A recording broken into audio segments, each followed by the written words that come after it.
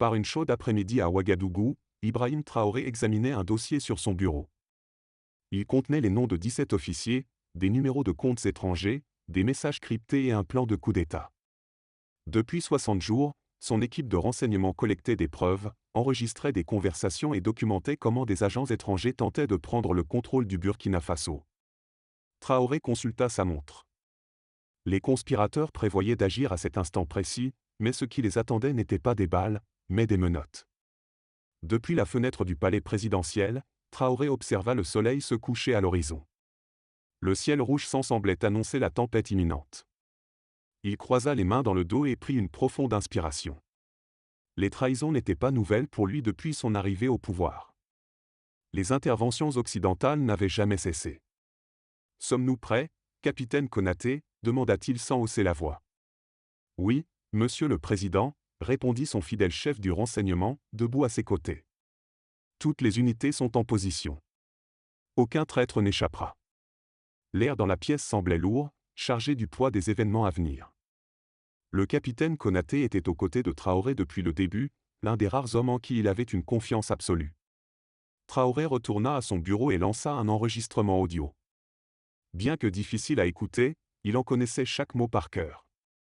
L'opération commence à minuit. Nous arrêterons le convoi de Traoré à la porte nord. Nos amis français ont des hélicoptères prêts. Une fois le travail terminé, chacun recevra 50 000 $ sur son compte. En cas d'échec, les hommes à Paris nous garantiront un passage sûr.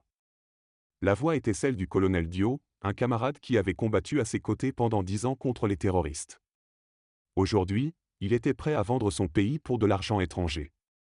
Traoré se souvenait de leur dernière mission ensemble, 6 mois plus tôt. Ils avaient libéré un village des insurgés, partageant l'eau de la même gourde pendant que les villageois les acclamaient.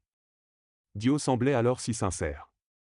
Le chef du renseignement, Konaté, murmura « Monsieur le Président, pourquoi restez-vous si calme? Ces hommes veulent vous tuer. » Traoré s'assit lentement et regarda une photo sur son bureau, celle de Thomas Sankara, le leader révolutionnaire du Burkina Faso, el-Tché, africain, assassiné pour des intérêts occidentaux. « Parce que la justice, et non la colère, est nécessaire en ce moment, répondit Traoré. Ma vie n'a pas d'importance, Konaté. L'indépendance de ce pays, la dignité de notre peuple, voilà ce qui compte vraiment. Il passa ses doigts sur la photo de Sankara, l'homme qui avait renommé le pays de Haute-Volta en Burkina Faso, la terre des hommes intègres. L'ironie ne lui échappait pas. On frappa à la porte, et le commandant des forces spéciales, le major Urao, entra, le visage luisant de sueur. « Monsieur le Président, il bouge. Le colonel Dio et ses hommes préparent leurs armes. Ils ont quitté la caserne nord. » Traoré hocha la tête. Commencez l'opération. En un instant, tout le monde passa à l'action. Les téléphones sonnèrent, les radios crépitèrent. Les gardes présidentiels prirent position en silence. C'était l'aboutissement d'une opération planifiée avec des mois de patience. À l'extérieur, les cigales chantaient leur chant du soir, inconscientes du drame humain qui se déroulait. La ville d'Ouagadougou poursuivait son rythme habituel, les vendeurs de rue fermaient leurs étals, les familles se réunissaient pour dîner, les enfants jouaient dans les cours. Traoré observait les écrans de surveillance. Des raids étaient menés simultanément dans des postes militaires, des casernes et des lieux de réunion secrets. Sur l'un des écrans, le colonel Dio et 4 officiers approchaient de l'entrée arrière du palais, armes à la main. La tension et la détermination se lisaient sur leurs visages. Pour le Burkina Faso, murmura Traoré devant l'écran. Soudain, la zone fut envahie par des gardes loyaux. Les conspirateurs furent encerclés, leurs armes tombèrent au sol. Le choc sur le visage de Dio fut capturé par les caméras. L'opération s'acheva sans un seul coup de feu. Ailleurs, le capitaine Musa, un ancien camarade de classe de Traoré à l'académie militaire, fut arrêté alors qu'il tentait d'accéder à la station de radio nationale, portant un communiqué préécrit annonçant la destitution de Traoré. Quelques heures plus tard, à l'aube, Traoré se tenait sur le terrain d'entraînement militaire. Devant lui, 17 officiers étaient à genoux, menottés. Tous leurs grades avaient été révoqués. Le drapeau du Burkina Faso flottait derrière eux, ses couleurs rouges, verts et l'étoile jaune semblant plus éclatantes que jamais sous le ciel matinal. Les caméras enregistraient tout. Ce n'était pas seulement une cérémonie de punition, mais un message à toute l'Afrique. Traoré s'approcha d'eux, ses pas fermes et déterminés. Il portait un simple uniforme militaire, sans insigne ni décoration particulière. Il ne voulait rien distraire de ce moment de vérité. Il s'arrêta et regarda les conspirateurs. Aucun ne pouvait soutenir son regard. « Qu'est-ce qui vous a conduit ici » demanda-t-il, sa voix résonnant dans toute la zone. L'argent ? La promesse de pouvoir ? Ou simplement la lâcheté ? Le colonel Dio leva la tête, la peur et la honte dans les yeux. « Monsieur le Président. Je ne suis plus votre président » coupa Traoré d'un ton sec. « Je suis le peuple du Burkina Faso. Et vous avez trahi votre peuple. » Les mots restèrent en suspens, plus tranchants que n'importe quelle punition physique. Autour d'eux, les soldats loyaux se tenaient au garde à vous, leurs visages mêlant déception et détermination. Beaucoup avaient servi aux côtés de ces traîtres, partagé des repas et des histoires. Traoré tendit la main, et un assistant lui remit un épais dossier. Il l'ouvrit, les pages frémissant sous la brise matinale. « Colonel Dio, le 12 juin, vous avez rencontré le capitaine Laurent des services de renseignement français dans un hôtel à Paris. On vous a offert 200 000 $. Vous avez accepté. » Le visage de Dio blêmit. Personne n'était censé savoir cela. Ses yeux scrutèrent les alentours, cherchant peut-être la fuite, la personne qui avait trahi leur complot. « Capitaine Ouattara, au cours des 2 derniers mois, 145 000 € ont été déposés sur votre compte suisse. La source de cet argent, à travers 5 sociétés écrans, est un fonds spécial lié au département d'État américain. Chaque nom, chaque chiffre, chaque réunion secrète était documentée. Les visages des traîtres pâlissaient. Comment avait-il été surveillé de si près ?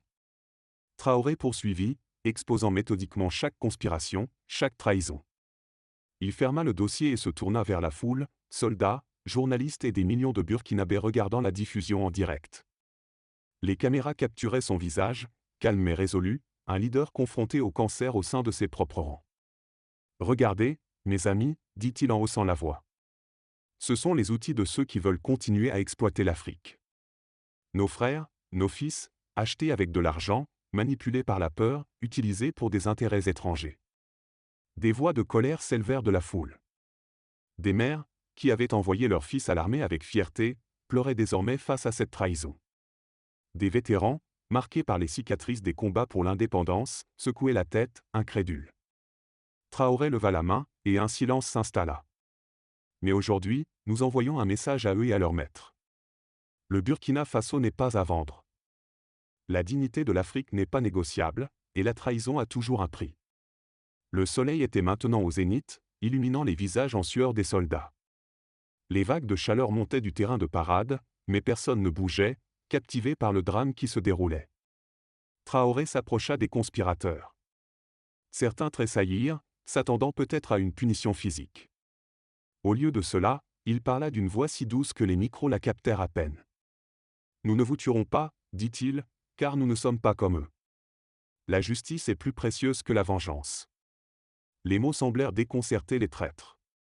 Dans la logique des coups d'État et contre-coups d'État, le sang répondait généralement au sang. Cette retenue était inattendue. D'un signe, les gardes firent lever les conspirateurs. Ils se tenaient chancelants, certains incrédules d'avoir été pris. Ces hommes, dit Traoré en se tournant vers les caméras, seront jugés ouvertement et équitablement. Les preuves seront montrées au public. Les comptes étrangers seront gelés, et le monde verra que l'Afrique ne dort plus. L'Afrique s'éveille et prend son destin en main. Alors que les traîtres étaient emmenés, les téléphones commencèrent à sonner. Des demandes urgentes de réunion émanaient des ambassades occidentales, des organisations internationales et de la presse étrangère. Mais Traoré ne regardait que son peuple. « Ce n'est que le début » murmura-t-il à son assistant. « La vraie tempête arrive. » Et il avait raison. Quelques heures plus tard, des déclarations commencèrent à arriver de France, des États-Unis et d'autres puissances occidentales. Elles exprimaient des préoccupations, espéraient le respect des droits humains et des processus démocratiques. Traoré connaissait bien ce langage diplomatique. Ce qu'il voulait vraiment dire, c'était « relâcher nos marionnettes » ou des sanctions économiques, des attaques médiatiques, et peut-être pire, vous attendent. Mais ces menaces n'avaient plus d'effet. Le vieux manuel d'intimidation et de pression économique perdait de son efficacité à travers l'Afrique. 2 jours plus tard, Traoré s'adressa à la nation. Cette fois, il apparut devant le peuple en uniforme militaire complet, médaille sur la poitrine. Cette tenue cérémonielle était inhabituelle pour lui, qui préférait des vêtements simples, mais aujourd'hui, il fallait tout le poids de sa fonction. Il se tenait sur la place Sankara, nommée en l'honneur du leader révolutionnaire dont la vision continuait d'inspirer la nation. Des milliers de personnes s'étaient rassemblées, non par obligation, mais par un réel intérêt pour l'avenir de leur pays. « Mes frères et sœurs burkinabés, dit-il, le feu dans les yeux. Je veux vous poser une question. À qui appartiennent les richesses de l'Afrique? Notre or, notre uranium, nos diamants. À qui appartiennent-ils? La foule répondit comme un seul homme, à nous. Nos terres, nos eaux, notre avenir. Qui devrait les contrôler? À nous. La réponse fut encore plus forte, résonnant contre les bâtiments autour de la place. Traoré écarta les bras, embrassant symboliquement la foule. Il n'avait besoin ni de notes ni de prompteurs. Ces mots venaient de son cœur, forgé par des années à voir son pays lutter sous l'influence étrangère. Alors pourquoi avons-nous encore faim? Pourquoi sommes-nous encore pauvres? Pourquoi d'autres s'enrichissent-ils encore avec nos ressources? Un silence s'abattit sur la place. Tous connaissaient ces vérités amères. Les mères serraient des enfants qui auraient dû être mieux nourris. Les jeunes hommes se tenaient là, les mains calleuses et les poches vides, malgré leur travail dans des mines d'or appartenant à des entreprises étrangères. Parce que, poursuivit Traoré, baissant la voix pour que la foule se penche pour écouter, certains nous trahissent de l'intérieur. Certains vendent leurs propres frères, leurs propres mères, l'avenir de leurs enfants à des puissances étrangères. Sur les écrans installés autour de la place, des images des conspirateurs arrêtés, de l'argent étranger saisi et de messages cryptés commencèrent à défiler. Regardez, dit Traoré, pointant les écrans. Voici à quoi ressemble la trahison. Voici comment fonctionne la mentalité coloniale. Pendant que nous dormons, ils font des plans. Pendant que nous travaillons, ils volent. Pendant que nous luttons pour la liberté, ils rendent des comptes à leurs maîtres. Ensuite, des copies de documents des services de renseignement français et américains furent affichés, nom d'opération, nom de code, budget, cible. Le monde entier regardait, stupéfait. De telles preuves étaient rarement exposées si ouvertement, surtout par un chef d'État en fonction. Comment pensez-vous que nous avons obtenu ces documents? Demanda Traoré avec un léger sourire. Parce que maintenant, nous avons des yeux, nous aussi. Nous avons des oreilles, nous aussi. Et surtout, nous avons des esprits, nous aussi. Des rires s'élevèrent de la foule, la tension s'allégea. Ce n'était pas seulement de la défiance, c'était de l'autonomisation. La prise de conscience que leur gouvernement était capable d'opérations de renseignement sophistiquées, qu'ils n'étaient pas simplement des victimes attendant d'être sauvées ou exploitées. La voix de Traoré gagna en force, portant jusqu'aux coins les plus éloignés de la place. Les comploteurs sont maintenant en prison, mais leurs maîtres sont toujours en sécurité dans leurs bureaux de luxe. Je leur envoie un message, vos jours sont comptés. L'ère de l'exploitation de l'Afrique touche à sa fin. Nous ne sommes pas comme vos pères. Nous n'avons pas peur. Nous ne plions pas. Et surtout, nous ne dormons pas. À la fin de son discours, non seulement le Burkina Faso, mais tout le continent résonnait de ces mots. Des messages de soutien affluaient du Mali, de la Guinée, du Niger, et même de l'Angola et du Mozambique, plus lointains. Des gens descendaient dans les rues des capitales africaines, célébrant le discours de Traoré et exigeant une responsabilité similaire de leur propre gouvernement. Dans les cercles diplomatiques, des réunions d'urgence furent convoquées. L'exposition des opérations de renseignement occidentales posait un problème majeur. La tentative de trahison avait échoué, mais ce n'était qu'une étape. La véritable lutte ne faisait que commencer, la lutte contre l'héritage colonial pour une Afrique libre et indépendante. À la tombée de la nuit, Traoré retourna au palais présidentiel. Malgré la victoire, il ressentait plus que jamais le poids de la responsabilité. Le chemin à venir serait difficile. Les puissances étrangères n'accepteraient pas facilement ce défi à leur influence. Il traversa les couloirs, saluant les gardes qui se tenaient un peu plus droits, un peu plus fiers après les événements du jour. Dans son bureau, il consulta les rapports de sécurité et les briefings des avant-postes frontaliers. Le pays restait calme, mais vigilant. Traoré se tenait sur la terrasse du palais ce soir-là, regardant l'horizon. Sankara, murmura-t-il, se souvenant du vieux leader. Aujourd'hui, nous avons fait un pas de plus pour vous, pour votre vision. Cette nuit-là, les étoiles dans le ciel du Burkina Faso semblaient plus brillantes que jamais. Dans les jours qui suivirent, la réponse internationale s'intensifia. Les médias occidentaux commencèrent à remettre en question la légitimité de Traoré, le qualifiant de dictateur militaire et de menace pour la démocratie. Des avis économiques furent émis, déconseillant les investissements au Burkina Faso. En coulisses, des sanctions étaient discutées. L'ambassade de France réduisit son personnel, invoquant des préoccupations sécuritaires. L'ambassadeur américain demanda une réunion urgente, mais on lui répondit que le président examinait des projets agricoles dans les zones rurales, un rejet diplomatique poli. À l'intérieur du pays, quelque chose d'inédit se produisait. Les citoyens organisaient des patrouilles bénévoles autour des installations militaires, déterminés à protéger leur président. Les groupes de femmes lançaient des veilles communautaires.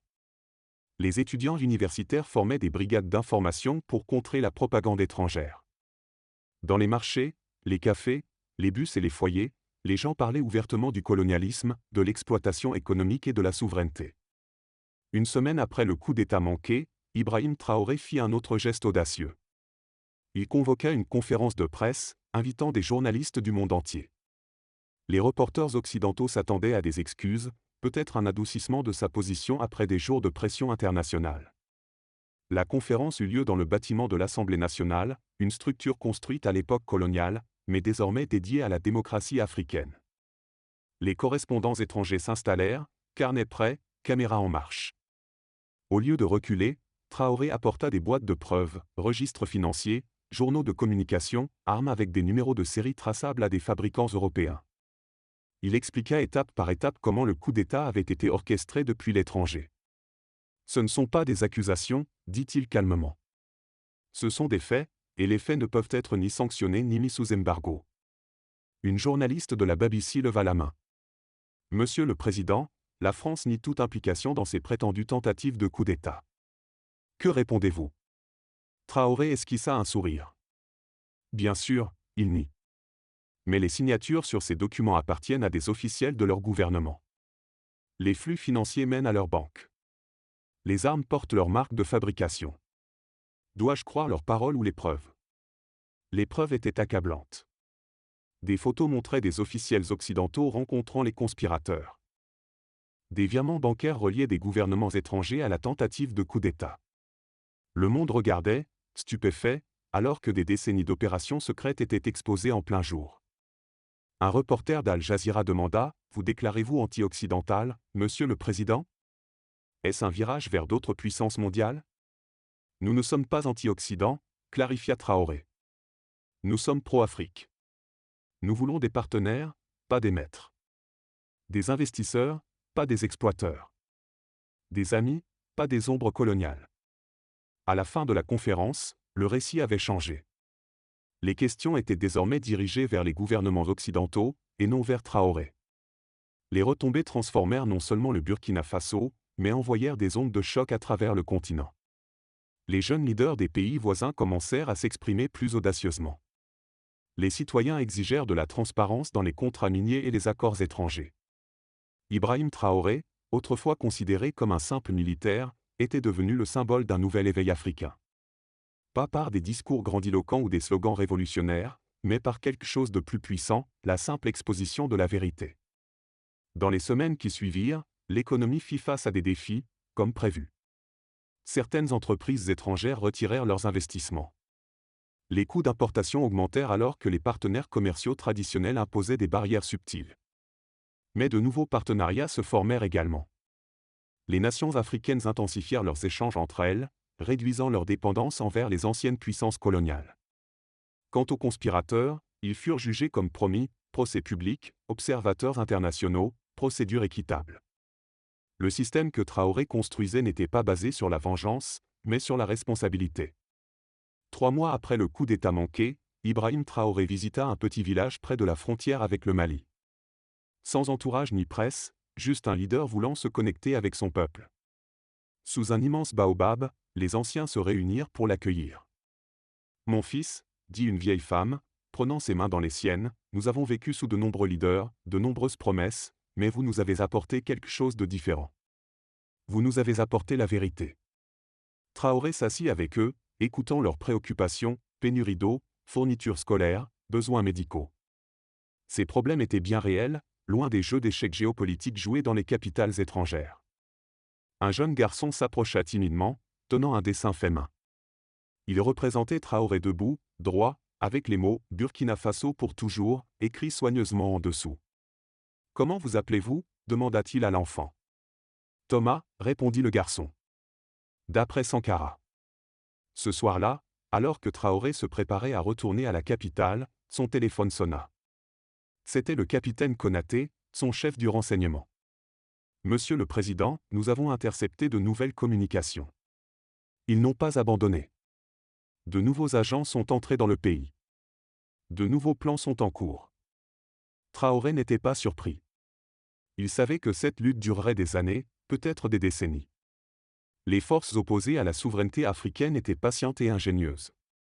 Continuez à surveiller, Konaté. Continuez à écouter. Et surtout, continuez à informer notre peuple. Un citoyen informé est notre meilleure défense. Alors que son convoi roulait sur les routes poussiéreuses, Traoré regardait le paysage, les champs où travaillaient les paysans, les écoles où les enfants apprenaient, les marchés où la vie continuait dans toute sa vitalité. C'était pour cela qu'il se battait. Pas pour le pouvoir, pas pour la gloire personnelle, mais pour le simple droit de son peuple à déterminer son propre destin. La bataille contre la trahison avait été gagnée. La guerre pour une véritable indépendance continuait, et Ibrahim Traoré était prêt.